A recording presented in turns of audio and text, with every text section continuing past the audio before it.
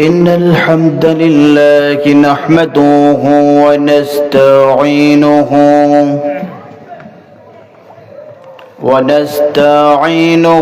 ونستغفره ونؤمن به ونتوكل عليه ونعوذ بالله من شرور أنفسنا ومن سيئات أعمالنا من يهده الله فلا مضل له ومن يضلل فلا هادي له ونشهد أن لا إله إلا الله وحده لا شريك له ونشهد أن محمدا عبده ورسوله الذي أرسله بالحق بشيرا ونذيرا وداعيا إلى الله بإذنه وسراجا منيرا أما بعد فأعوذ بالله من الشيطان الرجيم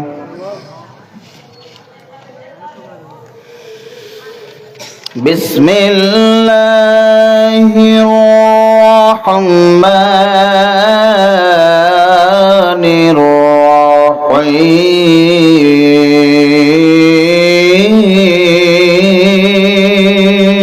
الرحيم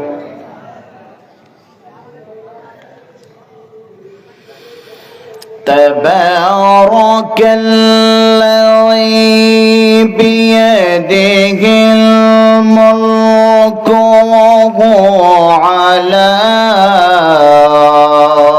كل شيء قدير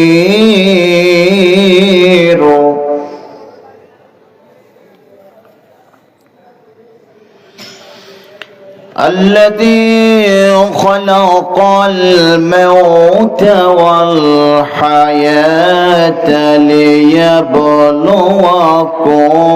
أيكم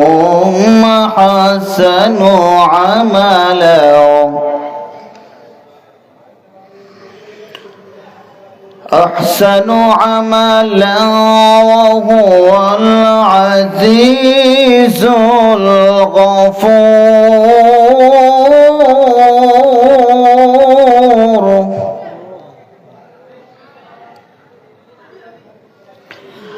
الذي خلق 7 سماوات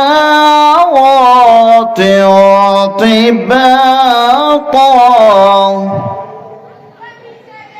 ما ترى في خلق الرحمن من تفاوت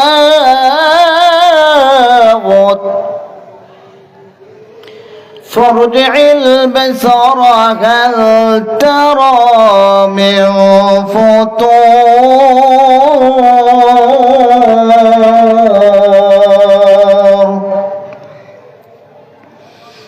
ثم ارجع البصر كرتين ينقلب إليك البصر خاشعا وهو حسير أما بعد وقال الله تعالى في كلامه الآخر ويؤثرون على أنفسهم ولو كان بهم خصاصة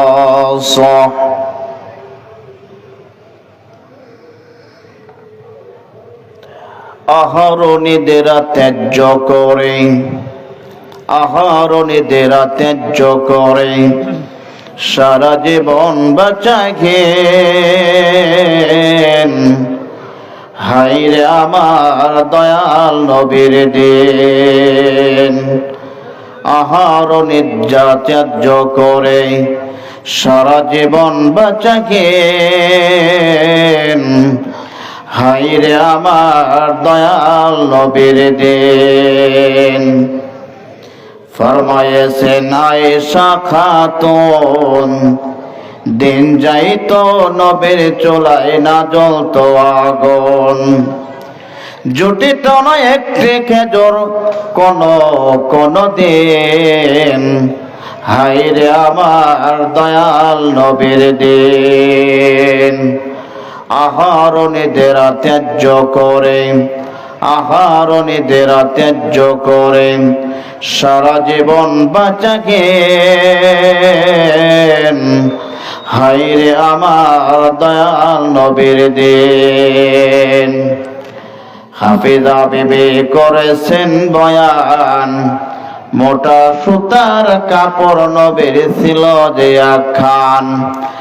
এক কাপড়ে গা বিছানায় শুইতেন শীতের দিন। হায়রে আমার দয়াল নবীর দিন, আহরণীদের ত্যায্য করে আহরণীদের ত্যায্য করে সারা জীবন বাঁচাইলেন। হায়রে আমার দয়াল নবীর দিন। লিল্লাহ তাকবীর। আপনারা কি বগুড়া জেলার লক্ষ্মী কোলা উত্তরপাড়া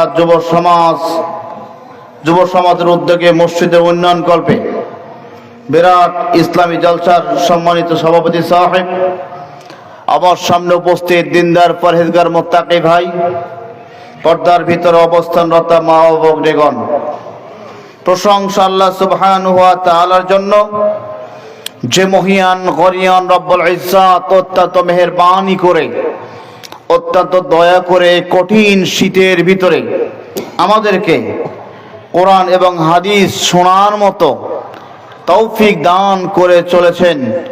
সেই মাহবুদের দরগাহে শুকরিয়া জ্ঞাপন করে বলুন আলহামদুলিল্লাহ।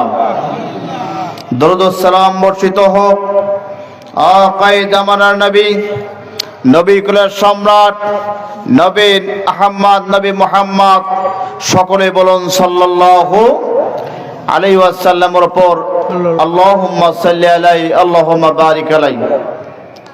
আমি আজকে আপনাদের সামনে, আমাকে বলেছেন আপনি খণ্ড খণ্ড বিষয়ে কিছু কোরআন এবং হাদিসের ইতিহাসগুলো একটু শোনাবেন। তো আমি আপনাদের কাছে খণ্ড খণ্ড কিছু বিষয়ে একটু আপনাদের কাছে ঈমান বিষয়ে কিছু হাদিস এবং তাফসীর ব্যাখ্যা বিশ্লেষণ শোনাতে চাই। শুনতে কি রাজি আছেন? ইনশাআল্লাহ। আল্লাহ তৌফিক দান করলে ইনশাআল্লাহ সবাই বসে থাকেন। প্রথমে আমি আপনাদের কাছে জানতে চাই, এখানে লোক কেন কম হলো বলেন তো দেখি, কেন কম লোক? আপনারা ভালো খাবার আয়োজন করেছেন, ঠিক কিনা বলেন? খাইয়ে দিয়ে চলে গেছে। শীতের ভিতরে খাওয়াও শেষ, যাওয়াও শেষ, ওয়াজ শোনে কেনা, ঠিক কিনা?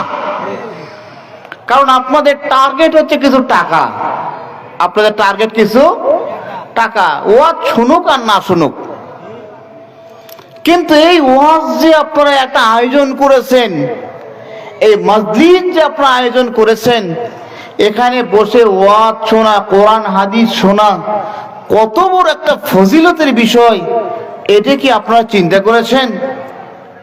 নবী করিম সাল্লাল্লাহু আলাইহি ওয়াসাল্লাম বলছেন, যদি কেউ কোনো বিদ্যা অর্জন করার জন্য কোনো পথ অবলম্বন করে, আল্লাহ সুবহানাহু ওয়া তাআলা তার জান্নাত যাওয়ার রাস্তা সহজ করে দেয়। সুবহানাল্লাহ।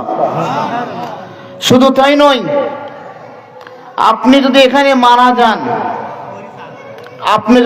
মারা যান, তাহলে আল্লাহর নবীর ভাষায় আপনি শহীদের দরজা পেয়ে যাবেন।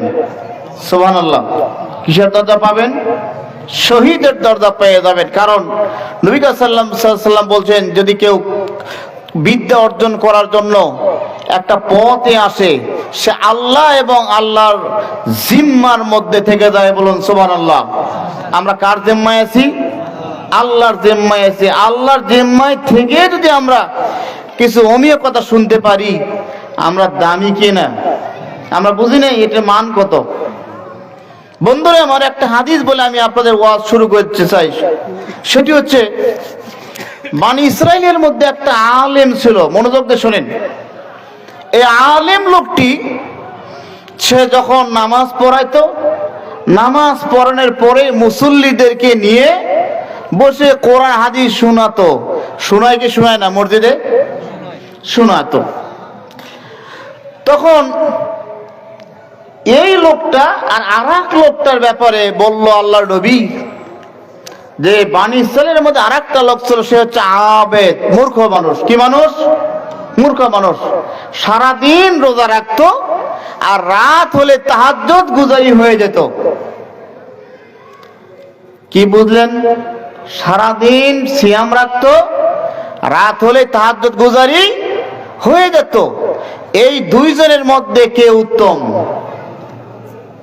একজন শুধু নামাজ পড়ানোর পরেই মুসল্লিদেরকে ফিরে থেকে কিছু কোরআন হাদিস শোনায়, আর একজন সারাদিন রোজা রাখে, আর রাত হলেই সে কি করে? তাহাজ্জুদ গুজারি করে। আল্লাহ নবীকে জিজ্ঞাসা করা হলো, ইয়া রাসূলুল্লাহ, এই দুইজনের মধ্যে উত্তম কে? তখন নবী করিম সাল্লাল্লাহু আলাইহি সাল্লাম বলছেন, এই দুইজনের মধ্যে উত্তম হচ্ছে ওই লোক যে নামাজের পরে কোরআন এবং হাদিসের কিছু কথা শোনায়। এই লোকটা হচ্ছে উত্তম একটা লোক। বলুন সুবহানাল্লাহ। তাহলে আমরা এখানে শুনতে এসেছি, শোনাতে এসেছি, আমরা দামি কিনা বলেন? অবশ্যই দামি।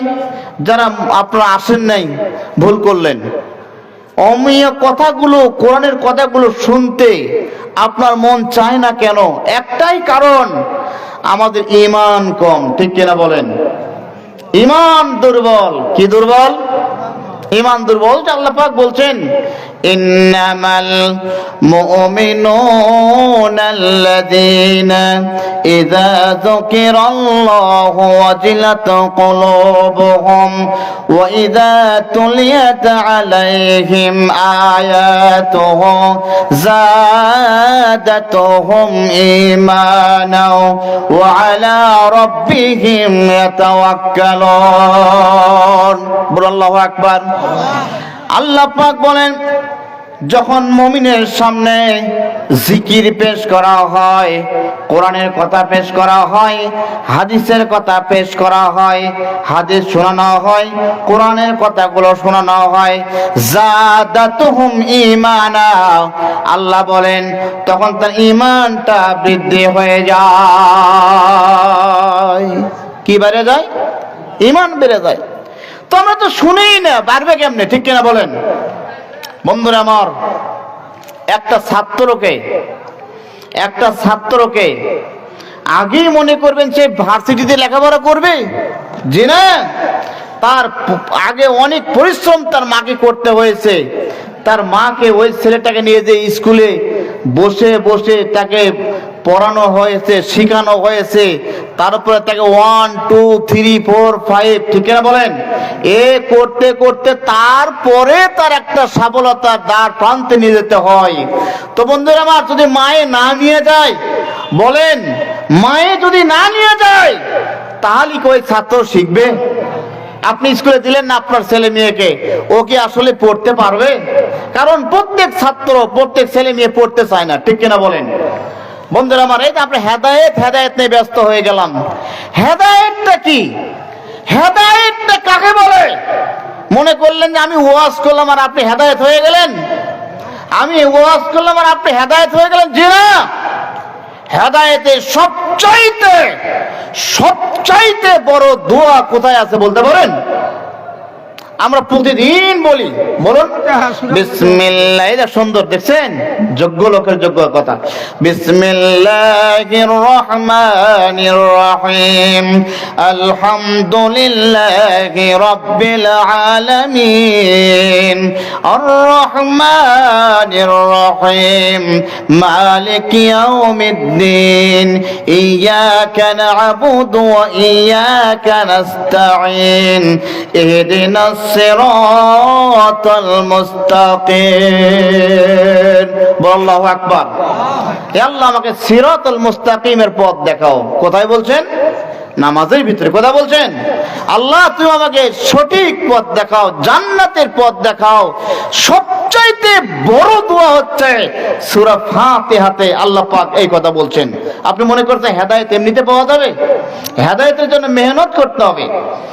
বন্ধুরা আমার, আমরা হেদায়েত নিয়ে পাগল হয়ে গেলাম, মনে করবো যে হেদায়েত বুঝে পেয়ে গেলাম। জি না, আপনি আপনার ছেলেকে এক মৌলভী সাহেবের কাছে নিয়ে গেলেন, গিয়ে বলছে, হুজুর আমার ছেলেটার জন্য একটু দোয়া করেন যেন হেদায়েত হয়। বলে কি বলে না? হুজুর দোয়া করেন তো এনাদের ভালো হয়। জি না, জি না, স্বয়ং হেদায়েতের জন্য আল্লাহ সুবহানাহু ওয়া তাআলা প্রথমেই বলছেন, তোমার জন্য আমি শ্রেষ্ঠ একটা কিতাব দিলাম, সেই কিতাবের মধ্যে আমি আল্লাহ হেদায়েতের কথা বললাম।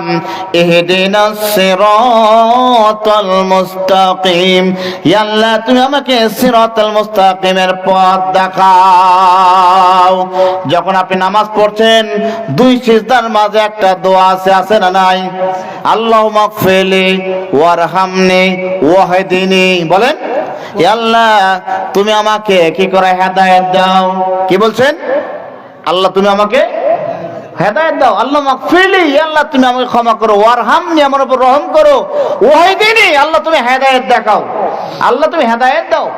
আল্লাহ রাব্বুল আলামিন অন্য জায়গায় বলেন, ফামান ইহতাদা ফাইন্নামা ইয়াহদি ওয়া লা তাজরু ওয়াজিরাতান বিজরাতান উখরা ওয়া মা কুন্না মুআযযিবিনা হাত্তা নাবআসা রাসূলা। আল্লাহ পাক বলেন, ফামান ইহতাদা ফাইন্নামা ইয়াহদি, যে হেদায়েত চায় আমি আল্লাহ তাকে হেদায়েত দান করি। বলুন সুবহানাল্লাহ। যে হেদায়েত চায় আমি আল্লাহ তাকে হেদায়েত দান করে। বন্ধুরা আমার, হেদায়েত চেয়ে নিতে হবে কার কাছে? আল্লাহর কাছে। বলতে হবে, আল্লাহ 50 বছর নামাজ পড়ছে, আল্লাহ ঠিক মতো আমি হেদায়েত পর্যন্ত নামাজ পড়তে পারলাম না। রব্বুল আলামিন তুমি আমাকে তৌফিক দাও যেন আমি সুন্দর করে হেদায়েতের পথে চলতে পারে। বন্ধুরা আমার, এই আয়াতের ব্যাখ্যায় তাফসীর ইবনে কাসিরের মধ্যে রয়েছে যে ওয়ামা কুন্না মুআযযিবিন হাত্তা নাবআসা রাসূলা, ততক্ষণ পর্যন্ত কাউকে শাস্তি দেওয়া হবে না, কেউ শাস্তি পাবে না যতক্ষণ পর্যন্ত তাদের কাছে নবী রাসূল না এসেছে, ততক্ষণ পর্যন্ত কোন লোককে শাস্তি দেওয়া হবে না। এই আয়াতের ব্যাখ্যায় লিখছে 4 জন লোক আল্লাহর কাছে অভিযোগ দায়ের করবে। কয়জন লোক? 4 জন, 4 প্রকার লোক। 1 নম্বর হচ্ছে পাগল। পাগল দেখেছেন? পাগল কি না বলে, ছাগলে কি না খায়। পাগল পাগল বলবে, আল্লাহ তুমি আমাকে জান্নাত দাও। কিয়ামতের ময়দানে আল্লাহ পাকের কাছে বলবে, আল্লাহ আমি তো পাগল ছিলাম, আমি কোরআন বুঝি নাই, হাদিস বুঝি নাই, আল্লাহ তুমি আমাকে হেদায়েত দিও নাই, আল্লাহ তো আমার দোষ নাই। বলবে, তুমি যদি আমাকে হেদায়েত দিতে, তুমি যদি আমাকে ভালো করতে, তাহলে আমি আজকে জান্নাতে যেতাম।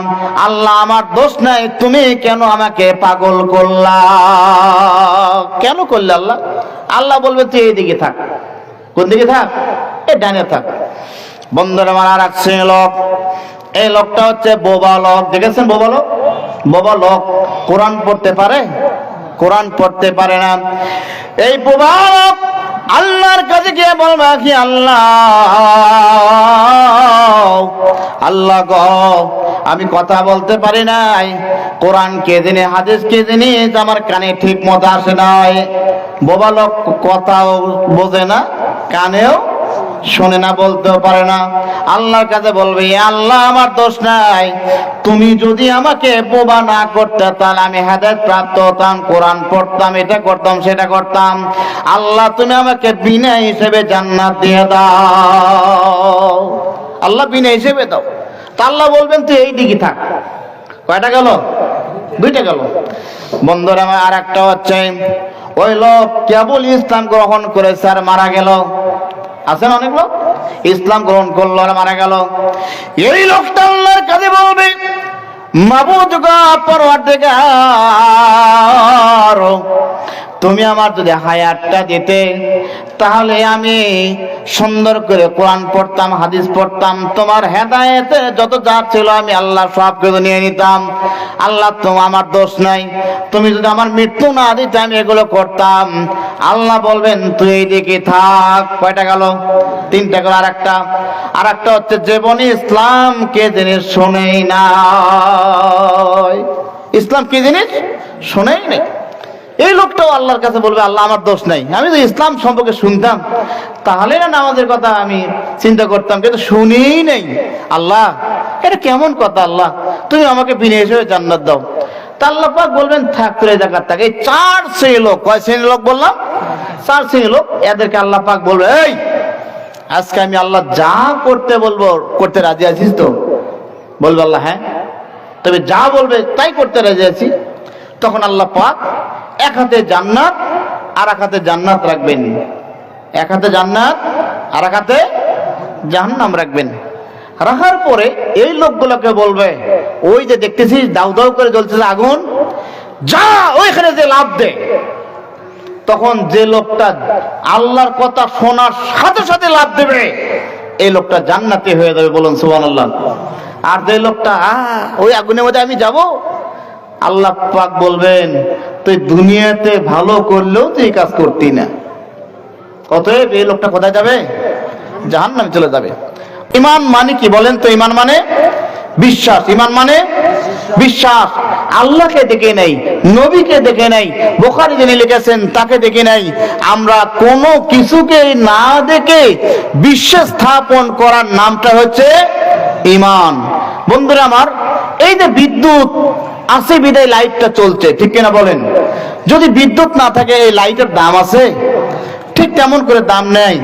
ঠিক তেমন করে আজকে বহু লোক সমাজে রয়েছে যারা মনে করেছে আমার ঈমান বড়, ঈমান ঠিক আছে, কিন্তু নামাজ পড়ে না। আছে না এরকম লোক? পড়ে না নামাজ কালাম, কি করে দেব সালাম। আছে না অনেক লোক নামাজ পড়ে না কিন্তু সালাম খুঁজে বেড়ায়। আবার একটা মৌলবী লোক রাখছে মসজিদের মধ্যে, যে হুজুরটা ওদের মসজিদের মুয়াজ্জিন বা ইমাম সাহেব দেখলে সালাম দিতে হয়, হয় কি হয় না? নামাজ পড়ুক আর না পড়ুক।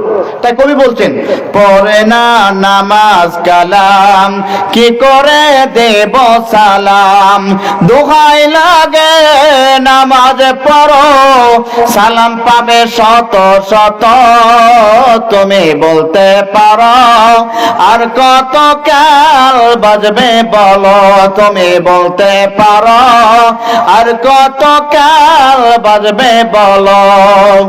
জুম্মার দিনে মসজিদে যাই, 2 রাকাত পড়েই পালাই। আছে না এই খাটাস? খালি শুক্রবারে যায়, অন্যদিন খবর নাই, ঠিক না বলেন? হাই রে ব্যস্ত, হাটে ঘাটে চলতে ফিরতে কত ব্যস্ত। আর মৌলবীর খুতবা শেষ হয়ে গেছে, লাস্টে হাজির হয়ে গেছে, তাই না? জুম্মার দিনে মসজিদে যাই, 2 রাকাত পড়েই পালাই, বয়স তাহার একা আসে, প্রাণটা যে যায় আসে। আছে না এরকম লোক? বুড়ো হয়ে গেছে, বয়সটা তার শেষ, কেবারে নামাজ পড়ো বারে, কয় জামো বাবা জামো, কয় কি কয় না? এরকম লোক পাওয়া যায়।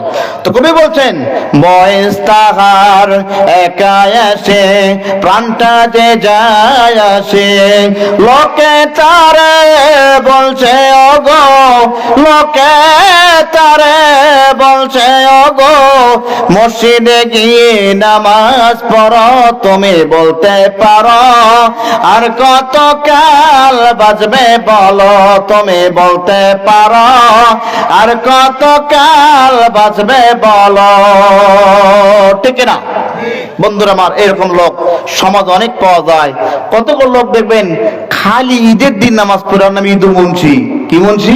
ঈদুল মুন্সি ঈদের দিন পড়ে। কত সবে বরাতের নামাজ পড়ে, ওর নাম বরাতি মুন্সি। কি মুন্সি? আবার কতগুলো লোক দেখবেন যে রমজানের মধ্যে খুব পাইকারি 15 দিন নামাজ পড়ে, এটা হচ্ছে বসরি মুন্সি। খালি বছরের মধ্যে পড়ে, আছে না নাই? কিন্তু নামাজ পড়ে বলছে ইমান ঠিক আছে। কি ঠিক আছে? ইমান ঠিক আছে। বন্ধুরা আমার, আজকে ইমানের কথা বলবো।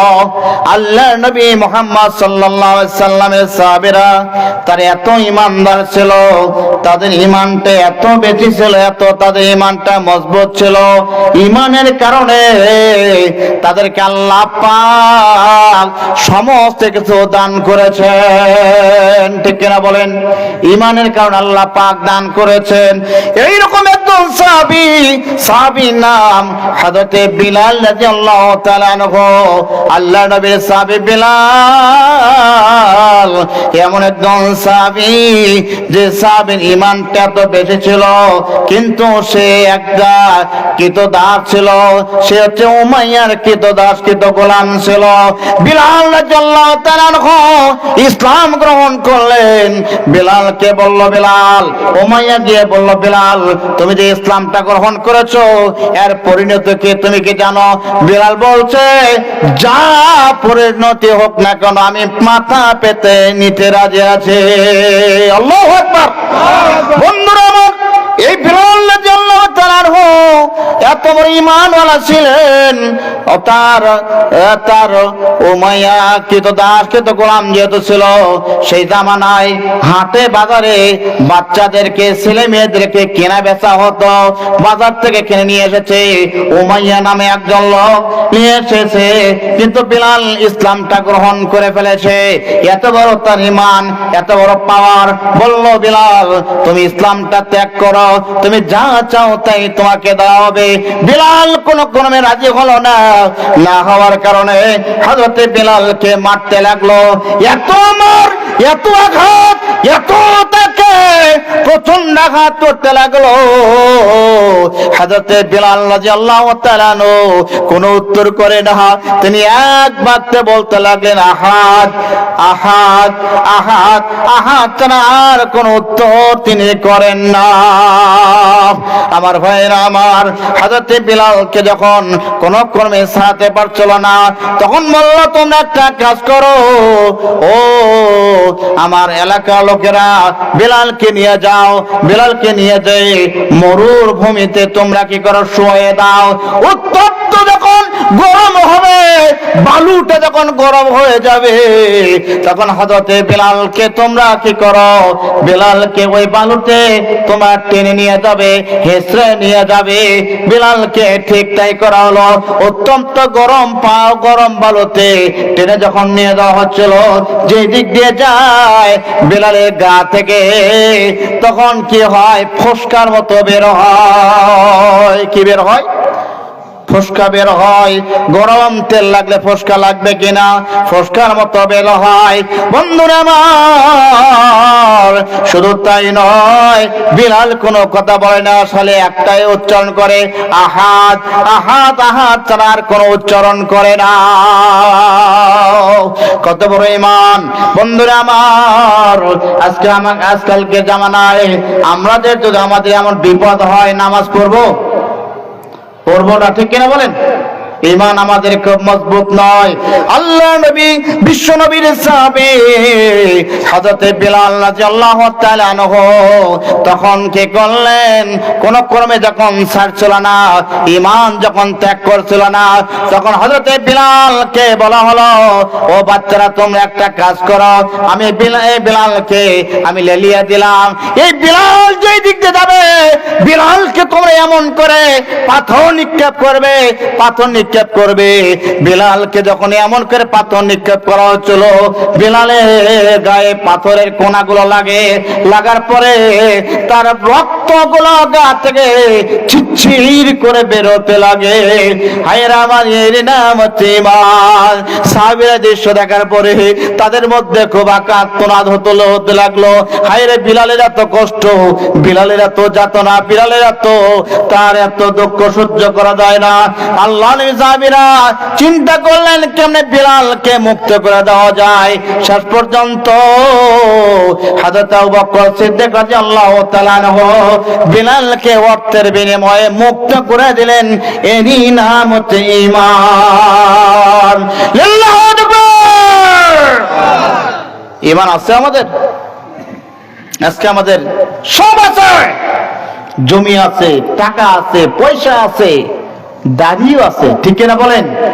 ঈমান নাই। কি নাই? ঈমান নাই। হাইরে দাড়ি, কতগুলো লোক দেখবেন দাড়ি কাটে না পারে, ঠিক কিনা? কিন্তু লোকটা এত বড় বেঈমান, এত বড় বেঈমান যে দেখবেন যে জমির আল কাটতে কাটতে কাটতে কাটতে একবারে বিলেটের মতো করতে, ঠিক কিনা বলেন? কি ঈমান? এরই নামই তো ঈমান। আবার অনেকে নামাজ পড়ে কি পড়ে না? নামাজ পড়ে ভাইরে, হাইরে ঈমান তার, নামাজ পড়ে কিন্তু ওই লোকটা জর্দায় ছাড়াতে পারলো না, ঠিক কিনা বলে? জর্দা খাতেই থাকে, জর্দা খাতেই থাকে, জর্দা খাতেই থাকে। আবার কত করে মৌলবীও জর্দা খায় কি খায় না? মৌলবী জর্দা খাইতে খাইতে মৌলবীর দাঁত হয়ে গেছে তরমুজের বীজের মতো, ঠিক কিনা? মৌলবীর যা সেন্ট, যা গন্ধ বের হয়, লোককে জিজ্ঞেস করলো, ভাই তুমি জর্দা খাও কেন? কয় মৌলবী যে খায়। কে খায়? মৌলবী যে খায়। আরে ভাই, যে লোকটা যে একটা ব্যবসা করছে, এই ব্যবসার তাকে যে পণ্য আছে সে কি বলবে? একটা উদাহরণ দেন, নেন, সেটি হচ্ছে ধরে নেন দইওয়ালা। দইওয়ালা কি বলে যে আমার দই টক? বলে? কোন কমই বলে না। যে মৌলবী জর্দা খায়, যে মৌলবী পাতা খায়, এই মৌলবী সারা জীবন আপনাকে বলবে জর্দা খাওয়া মাকরু মাকরু। ওর যদি ঈমান থাকতো, ওর যদি ঈমান থাকতো, ও বলতো জর্দা খাওয়া হারাম। কি বলতো? জর্দা খাওয়া হারাম। সারা জীবন আপনি নামাজ পড়লেন কিন্তু জর্দা ছাড়তে পারলো না, বিড়ি ছাড়তে পারলো না, বুঝতে হবে ঈমান নাই। কি নাই? ঈমান নাই। ঈমান থাকলে ছেড়ে দিত। বন্ধুরা আমার, ঈমান কে জিনিস? ঈমান এমন একটা সম্পদ, আল্লাহর নবী বিশ্বনবী সাল্লাল্লাহু আলাইহি ওয়াসাল্লামকে আল্লাহ পাক কোরআনুল কারীমের আয়াত দান করলেন, ওয়াদারাবাল্লাহু মাসালাল লিল্লাযীনা মুরাতা ফিরআউনা ইয ক্বালাত রাব্বি ইবনি ইনদাকা বাইতান ফিল জান্নাহ ওয়া নাজ্জিনি মিন ফিরআউনা ওয়া আমালিহি ওয়া নাজ্জিনি মিনাল কওমিজ জালিমিন। আল্লাহু আকবার। ঈমানটা কেমন ছিল মায়েরা আমার? আপনারা আসছেন কিনা জানি না, নাকি বাড়িতে ল্যাপের মধ্যে থাকতে থাকতে ঘুমায় যাচ্ছেন? ঈমানটা কি ছিল? পৃথিবীর মধ্যে একজন মাত্র লোক ছিল, যার নাম ফেরাউন বলা হতো। কি বলা হতো? ফেরাউন বলা হতো। এই ফেরাউন এত বড় বেঈমান, এত বড় বেঈমান, সে নিজেকে বলতো আমি আল্লাহ, আমার চাইতে কেউ আল্লাহ বলে আছে আমি বিশ্বাস করি না। আনা রাব্বুকুমুল আলা, আমি হচ্ছে রব।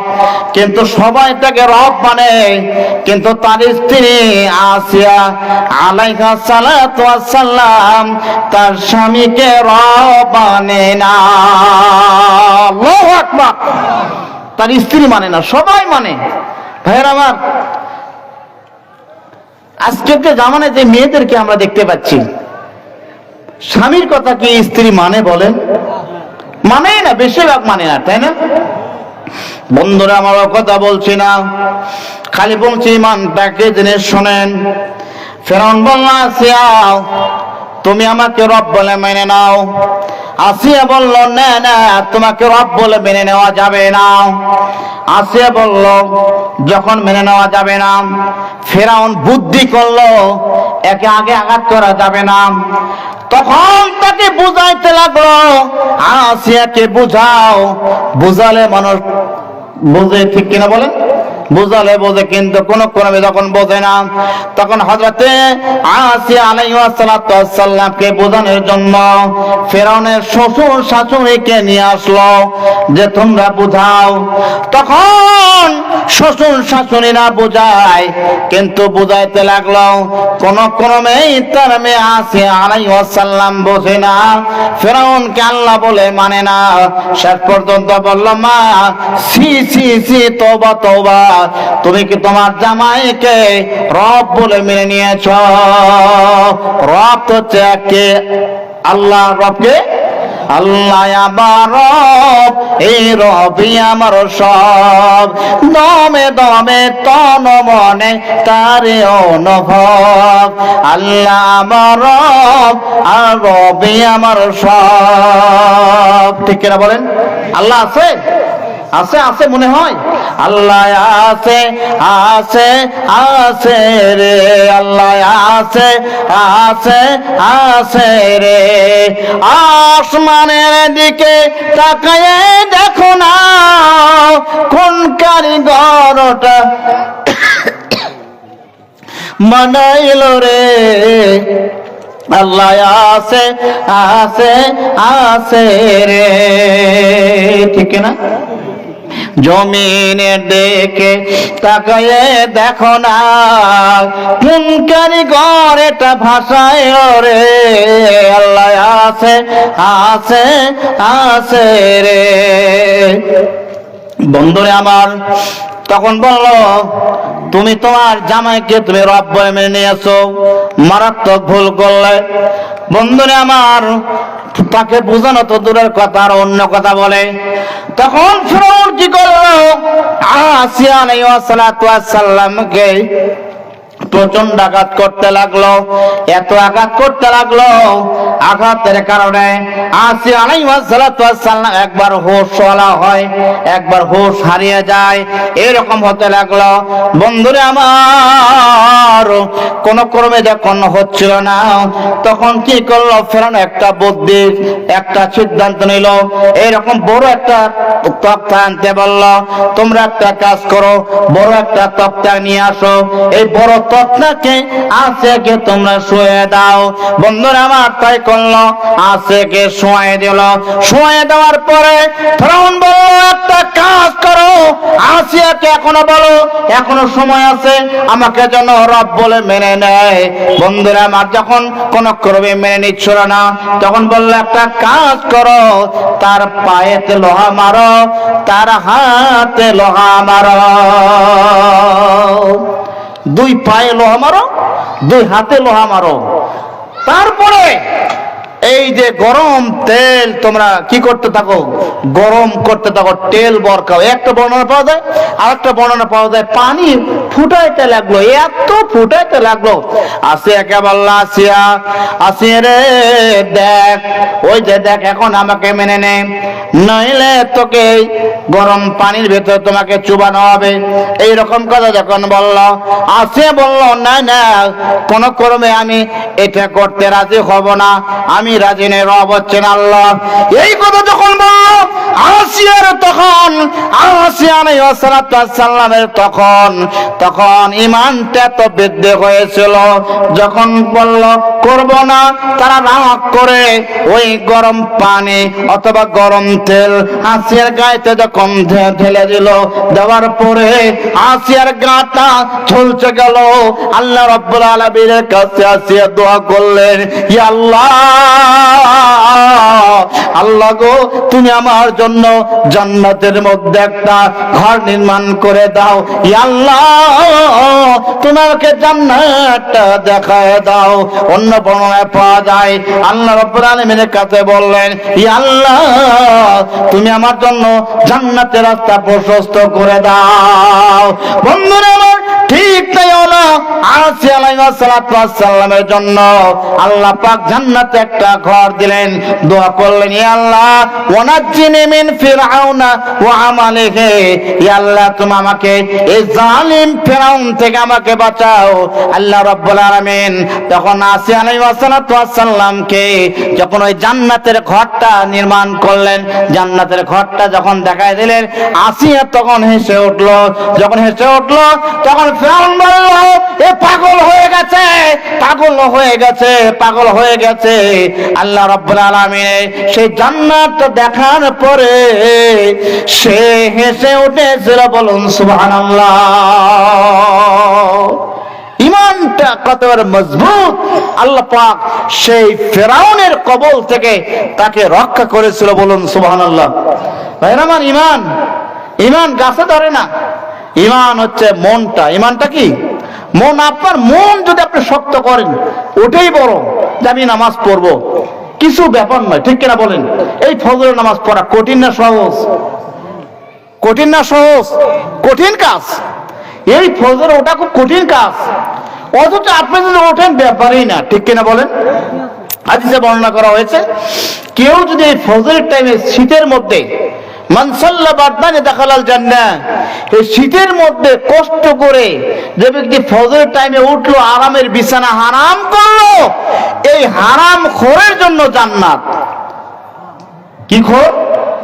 আরামের বিছানা হারাম করলো, হারাম করে সে কি করলো? উঠে গেল, ফজরের সালাতে দাঁড়িয়ে গেল।